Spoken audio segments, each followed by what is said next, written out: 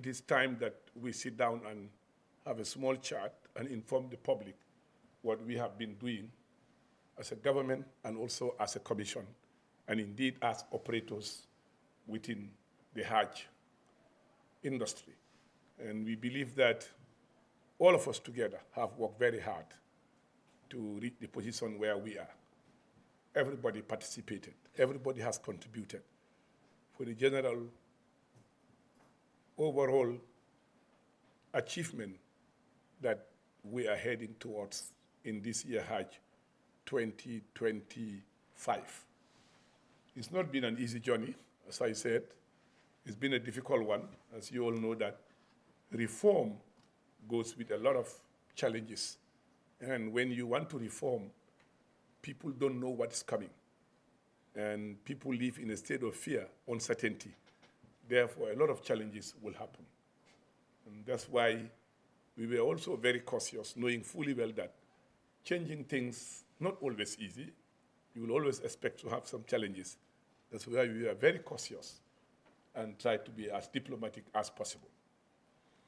I may not even read the whole text. Maybe when I come to name the agencies, I'll read the text and I will tell you. Let me take this opportunity, first of all, to thank the ministry, Permanent Secretary Ndei Marinjai, Permanent Secretary Sisao, the two Deputy Permanent Secretaries, the directors, and all officials of the ministry, and also thank the Hajj Commission, the Emir ul Hajj, the Secretary to the Commission, the members of the Commission, all of them for that matter, for their cooperation in the quest for us to get to where we are. And I must thank all Commission members for really doing everything possible for us to make the gains that we have gained in the last 2 months in this whole process. We started very early because of the problems we had in the past years. We felt that it was important that we start early so that at least we should be able to meet up some of the challenges that we have been facing, collectively, all of us together. And I must say that we had a good commission that was determined under the leadership of the Amir and the ministry. They cooperated extremely well. As I said, there were challenges, but those challenges were expected at our end because we have reform institutions. And I know in reforming institutions, there must be a challenge. There must be people who do not understand where you're heading to. And in that process, they are confused. Sometimes they even try to resist the change. But we were doing that for the general good because this government have the interest of the people. We are elected by the people, we work for your interest, and we stand to defend your interests at all times. We have a leadership who is very sympathetic to the plight of Gambians at every level. And therefore, he tasked me and my ministry and all others to make sure that we do the needful to have a successful Hajj this year. And on that note, we also had Governor of West Coast, who was very supportive at every level, even though he's not a co-opted member in the commission, but he has participated in most of our deliberations in supporting us, making sure that we succeed in this process. So, Mr. Governor, I thank you also for all your support for that matter. Now, as you're aware, we had at Hajj last year, there are some few hitches that we felt it was important this year. We tried to resolve them. And we started first by trying to see what can we do, what can be done to improve on what we had before to make a better Hajj for all our pilgrims for this country. First, we looked at the arrangements. First, we started with airfares because airfares can be the most expensive in any Hajj package. We agreed that we will not go $1 more from what we paid last year because petrol prices have been slightly stable in the international market. Therefore, airlines have no justification to give us huge cost for transporting our pilgrims. We agreed as a ministry and as a commission to see that airfares this year remain either what they are or less than what they were. And there was a tender process conducted by the commission. And this tender, people tendered, and when they tendered, of course, there was a winner who came out with the strongest and most responsive bid, and that happened to be the Gambia International Airline, GIA. They have a partnership with a company in Dubai. Well, this company in Dubai was also brought before cabinet months ago by the Ministry of Works. We ratified the agreement they had with GIA, with their desire to operate flights between Banjul and the sub-region. And we felt that the offer they gave was a good offer. So we were on that. We knew that some people wanted it differently. They wanted to have companies that were asking for too much. One of them, I would say, was Flynas. This is a Saudi company, a reputable Saudi company, very good Saudi company, no doubt about that. So after we have decided on taking GIA, which is a Gambian company, and whatever profit they have will stay in the Gambia. And take note, they are employing over 300 Gambians. And we owe it to those people to maintain their jobs. So when GIA won the tender, we believe as a ministry and as a commission, we should go along with that. However, we did not stop there. We dispatched a team of qualified personnel from the civil aviation, from the GIA themselves, and the Hajj Commission members. They went to visit them in Dubai just to establish the credibility of the company. They came back, the report was positive, that the company is capable of doing the job of lifting our pilgrims. Well, I accepted that advice, I took it up, and then of course a contract was signed between the Hajj Commission and this joint bid of GIA and the Dubai company. Then a few weeks later, we received a letter coming from the Saudi Civil Aviation Authority saying that 50% of our passengers, of our pilgrims, should be lifted by Flynas. That became an issue of sovereignty, because if we are to be dictated who lifts our pilgrims without going through the due process that we have, the laws that we have in this country, I felt that was a little bit too much, even though there were people propagating for them, there were people who were lobbying for them and doing all that for us. We felt we are a small country, we don't have power, the muscles of big countries. Probably the next thing to do was to act swiftly. I dispatched a delegation led by Ambassador Yabo, together with lawyer Ibrahima from the ministry and the Hajj Amirul Hajj and the secretary to the commission, and also the permanent secretary, Mr. Sisao. They went to Dakar. It was on a Saturday. They even crossed at night. I told them that they have to leave immediately to go and meet the Saudi ambassador. They met the Saudi ambassador. They made a very strong presentation to the Saudi authorities through the ambassador. The fares were extremely high. There is no Gambian pilgrim who would have been able to pay what they were asking us to do. And we've seen what we have seen, and there was some presentation was done. And I think the Saudis, to a certain extent, accepted this presentation. When they came back, I told them to put it in writing. They took the letter back to the Saudi ambassador. And then the Saudi ambassador sent it to the Saudi authorities. We have strong position that we presented. And finally, the Saudis then replied to us few months later that they have accepted the deal between GIA and the Hajj Commission and the Dubai company. They gave us no objection to the agreement, which was a great achievement through the hard work of professionals who have done a good job in saving us from increasing or going for a higher, because you cannot divide your pilgrims. One is paying this, the other one paying that. That was just not possible for us. As a government, we felt that it was important to address that. And that was also addressed. And then 2 months ago, Gambia was among the 22 countries that have met all its requirements for the pilgrimage of 2025. The Saudis sent us a letter confirming that the government of the Gambia have met all the requirements of Hajj in 2025.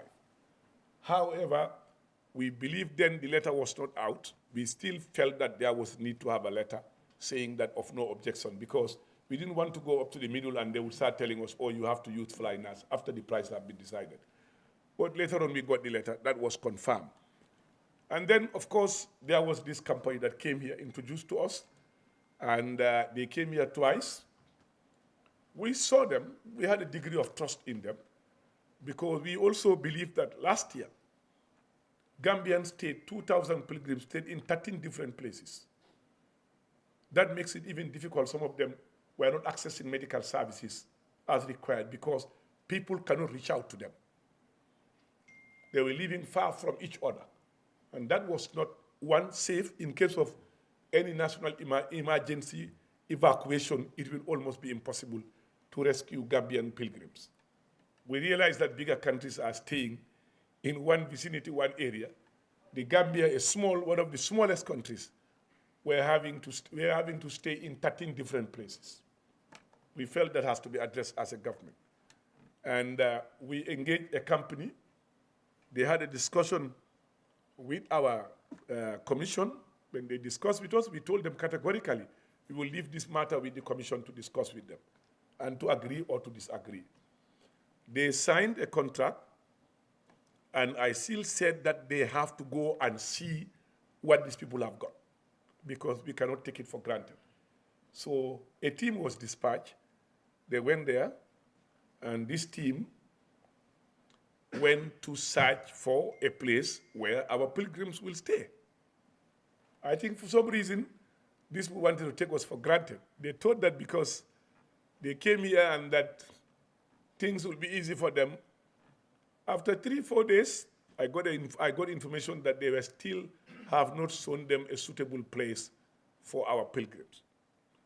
I gave them a call by midday today, we'll cancel the contract, because my advice to the commission was write a clause in the contract that in the event we are not satisfied of the facility they are offering, the contract is deemed void automatically. That's what I advised I gave them. So when they got the information from me directly, I think by 1 p.m. they got them places of satisfaction. One, Medina, I personally, when I went to this last conference, took an opportunity to go and visit the place. I saw it. You walk 3 minutes, you are in Rauda, and I was very impressed, and I saw the hotels. You don't need to walk distant. It's just 5 minutes. You are into the great mosque where the Prophet himself is lying with his companions, Muhammad sallallahu alaihi wasallam. Then we proceeded to Mecca. I saw the hotel. It's a 5-star hotel. 5-star hotel that is almost brand new, the hotel itself. And I really felt that it was important. It was too good to believe. I said they wanted a deposit. Immediately I contacted the central bank. They gave them the money. When I went there, I wanted to see the hotel. I saw the hotel. I still feel it's too good to believe. I demanded for the receipt. We paid deposit. I demanded for the booking confirmation as a hotelier, because I told them it's important to have that. I told the Amir to come with the receipt of deposit of the amount paid for this hotel, also to come with the booking confirmation of this hotel. And we even met the authorities of the hotel. And that really, as far as I'm concerned, complete the rest of it. And I also realized, Minna, we had some issues there. I met the minister. We had a discussion over this issue, and he told me that they will resolve it immediately. The next morning, he signed the agreement. He authorized it immediately after my meeting with the minister. And the Hajj Commission signed. This time, we upgraded the Gambian pilgrims. We are not staying in class C, am I right? We are staying in class D. We are staying in class C and not D anymore. I think our pilgrims deserve better. It's a little bit of cost on that one. That's the only element where we have got a little bit of cost increase because I wanted us to get the best standard. So we went for class D because the comfort of our pilgrims, class C, comfort of our pilgrims is important to the government. President Barrow feels that our pilgrims should have the best out of the best. Even though we are a small country with little resources, we should be able to use our expertise to make our pilgrims comfortable. Now, then we look at the airfares. We realize that the airfares, we have got $10 less of last year from the bid. We look at food and accommodation. We have got $200 less from last year. $200 cheaper from what we paid last year. And then I told them, from the experience of our pilgrim last year, some agents did not meet the food standard. Some agents did not meet the food standard. I say, look, these are Gambian citizens. They deserve to be protected. We have to prepare our own menu. All the committee, all of you will sit down. Prepare a menu, and that menu, all of us agree on the menu. That menu will be the menu to be provided for Gambian pilgrims throughout the Hajj. And I said further, we don't want Saudis to cook for us what we don't want. Gambian delicacy, we love to eat our food, and we love our food. At their own cost, they have to fly 3 cooks at their cost who will supervise the implementation of that menu to the letter from A to Z. So that when people are served food, they serve what they agreed here. This menu, government is not going to dictate it. You are stakeholders. You will have to decide what you want day A, what do you want for dinner, what do you want for lunch, what do you want for breakfast. And they have agreed to that they will respect the menu. I said, yes, but by word of mouth is not enough. We want to bring our own cooks at your own cost. Who will supervise your cooks and tell them how to cook, or they cook for you. So that when the food is dished, no Gambian will go and buy extra chicken or go and buy extra food for your money. We've seen people who have gone on Hajj and they were still buying food. Even though the food was paid for in their package, they were still going out to buy food. In some agents, let me underline the word some. It's not general.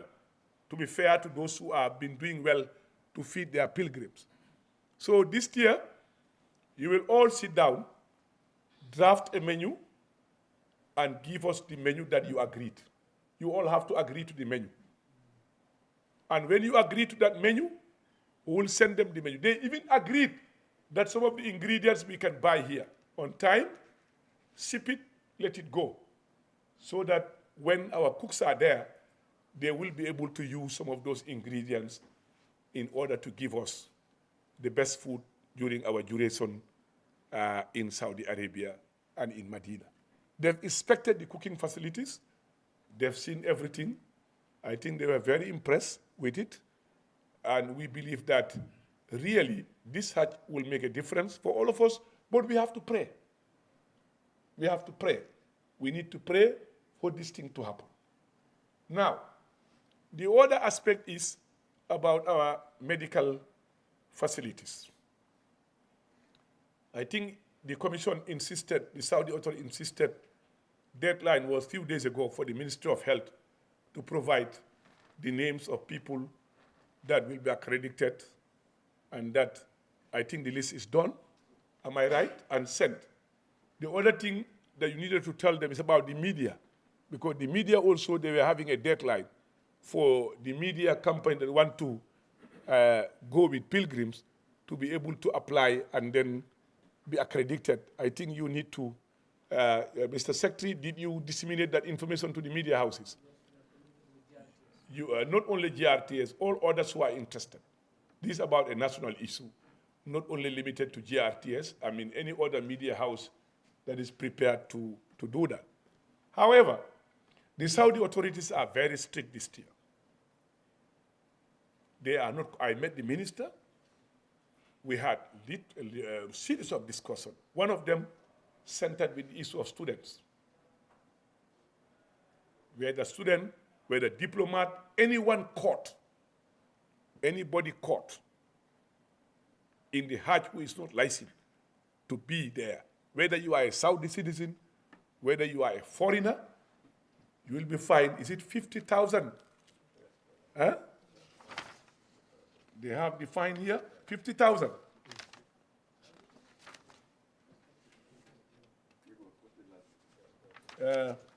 Is it 50 or 15?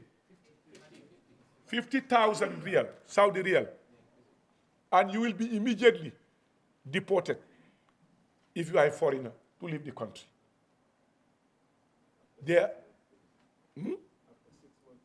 yes, after you've been in prison for 6 months, you will be deported out of the country. I appeal to them. I say, look, we have students who are here, who are Gambians. It's an opportunity for them to also go and perform the Hajj. We cannot accommodate them in our quota. They said, after a long argument, they said, okay, we'll do a quota for them in the university, but will not be limited to Gambia alone. We will tell them to apply through the universities. And the universities now will determine who they give it to. But it will not be only for Gambia. You are not the only country with Muslim and students here in Saudi Arabia. I said, but we are the only one who approach you making a plea for our students. He said, as a government, when we decide, we cannot discriminate. So it has to be everybody on board. So our students, as I told the Permanent Secretary Sisao, to write to the Foreign Ministry to inform them so that the Gambian students can be informed to apply through their universities early, because maybe other countries don't know about it. So it's important that our students be one of the first to apply. So I have instructed PSC SAO to do that letter to Foreign Affairs that will inform our students in Saudi Arabia through our embassy for them to make application to perform Hajj with the Saudi universities to make it possible for them to be licensed to come and join us. The other aspect is the embassy can only bring, this is a ministerial decision, can only bring 10 people. They cannot be Yai, Modu, Demba, Pate, go over. 10 people maximum. The consulate, 5 people. I've told him to write to the Ministry of Foreign Affairs, and that's what we will submit to the Saudi authorities. Anybody who is caught there, you go to jail. That's your problem.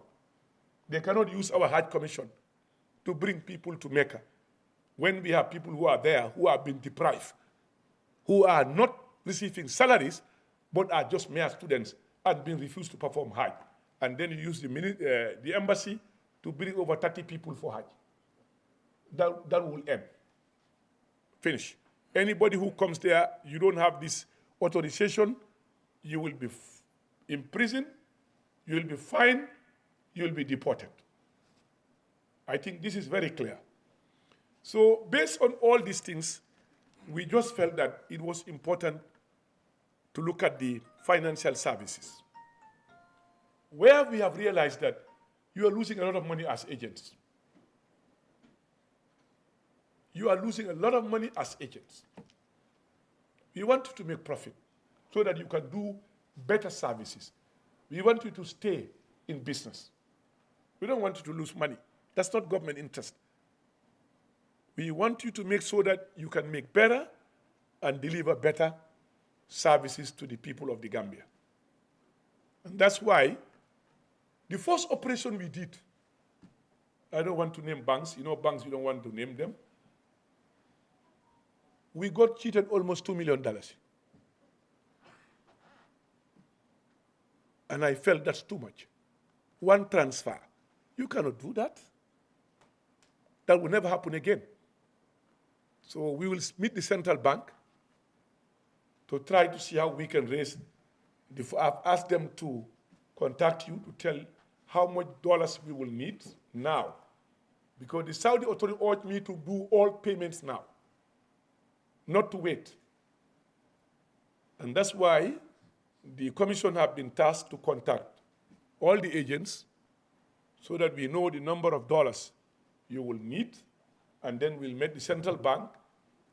Somebody also have offered to sell us dollars less than 70, if that still stands. So the earlier we pay, the better, because the dollar is unpredictable, so that we can close that chapter. So they've been informed to contact you so that we know how many dollars we need, or we will try as a government through the Ministry of Finance to the central bank. They've been very cooperative. The central bank and Ministry of Finance have been very swift in meeting our request, because the president have made it very clear for them to give us support, make sure that we deliver a very successful Hajj. And they did not waver 1 second. Immediately we demanded the dollars, they gave it to us. But they took it to a bank. They transferred it to a bank. And that bank took so much of our money. I think we need to think how we do our transfers to avoid that. I don't mind a bank making 10 butut, 20 butut, but if you want to make almost a $1 on a mere transfer of that huge amount of money, it is not possible. That cannot work. So we will see with the central bank to see how they can help us alleviate that situation, that you don't suffer in losing money in transferring money for your operations. So that I have made that pledge to work that out together with the Minister of Finance and the Governor of the Central Bank. I think that one is absolutely what we want to do. So as a government, we realize that the depreciation between the dalasi and the dollar is almost about 3-4%, not more than that, from last year's rate to this year's rate. And we've realized that we have gone down in most of our costs, with the exception of Minna, where we're going for Class C. We could have got it cheaper if we go for Class D, but we want our pilgrims to have the best out of it. So we are going to Class C, Class C in Minna. We've realized that there is a reduction of cost in the package. Therefore, we wanted to reflect these things. The president wanted us to reflect this cost also on the pilgrims. Therefore, the package from last year of $531 will now be $525, a reduction of $6,000 from $531,000 last year. Now is $525,000 this year, a reduction of $6,000.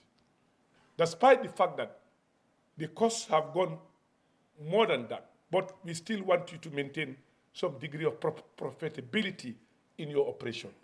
And we will stand to support you in accessing foreign exchange so that you will also not suffer from black market rates in buying your dollars.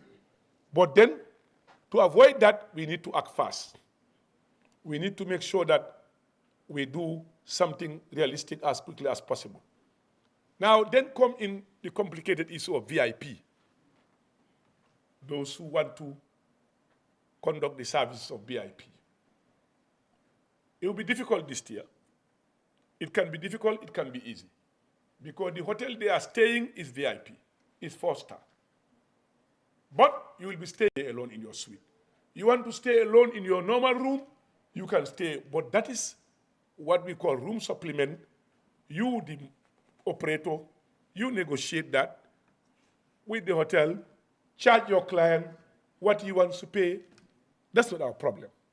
That should not be our problem, really.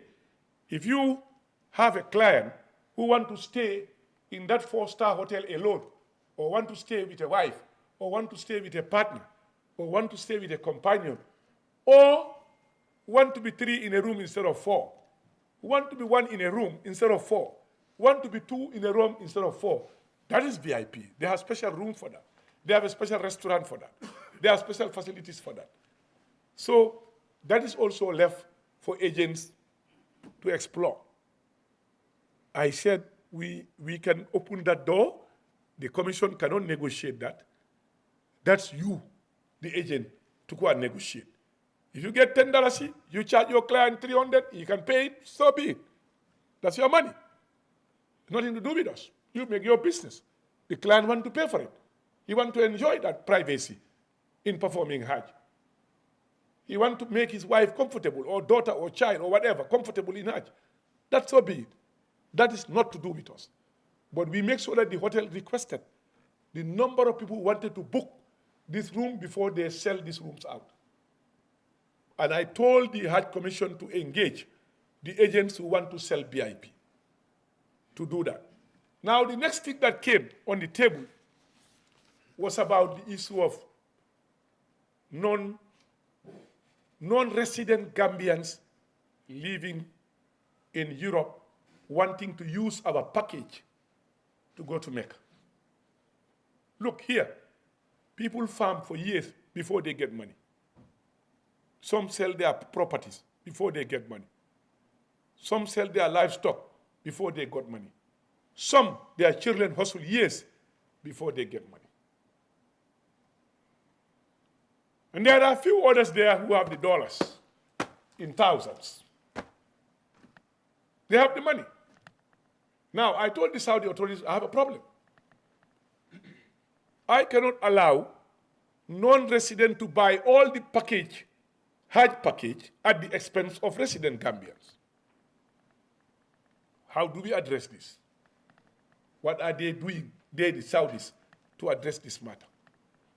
Because somebody who is doing farming, groundnut or whatever, somebody who sells his livestock, somebody who sells his property to make cannot be compared with somebody who may be earning thousands of dollars a month to compete in a Hajj package.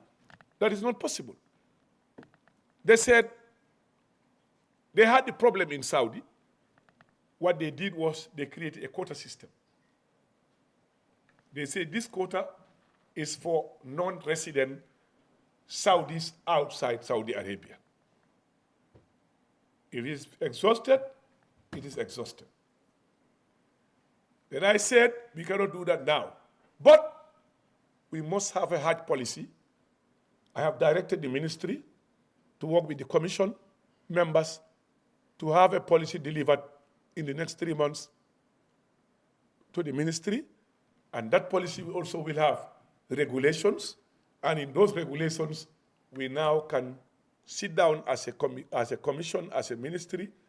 What do we do regarding non-resident Gambians who want to use our quota to go to Mecca?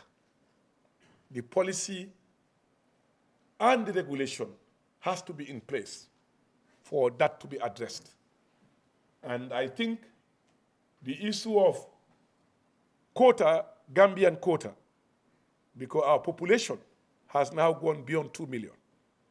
But what the Saudis are saying is clear.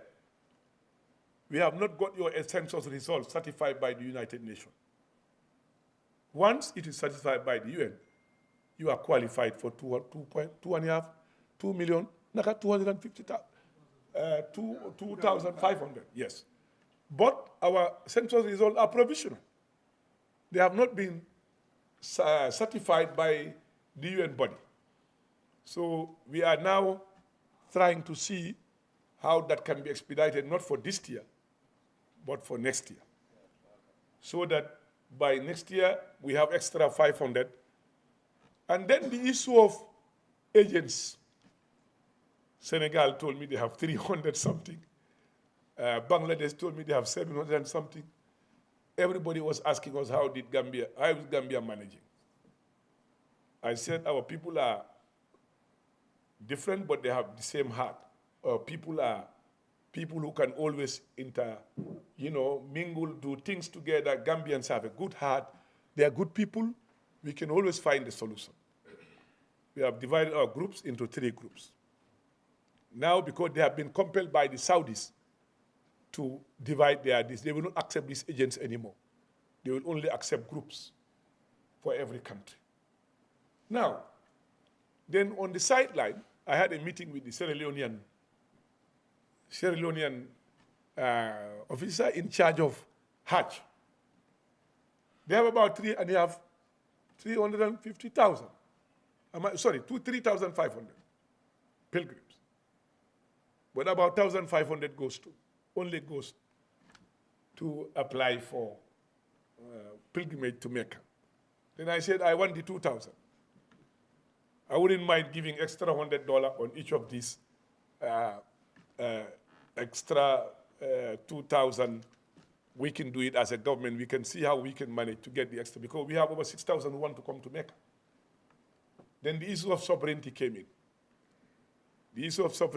in. Sierra Leonean passports, all the rest of it. Then I went to the Saudi minister, became friends.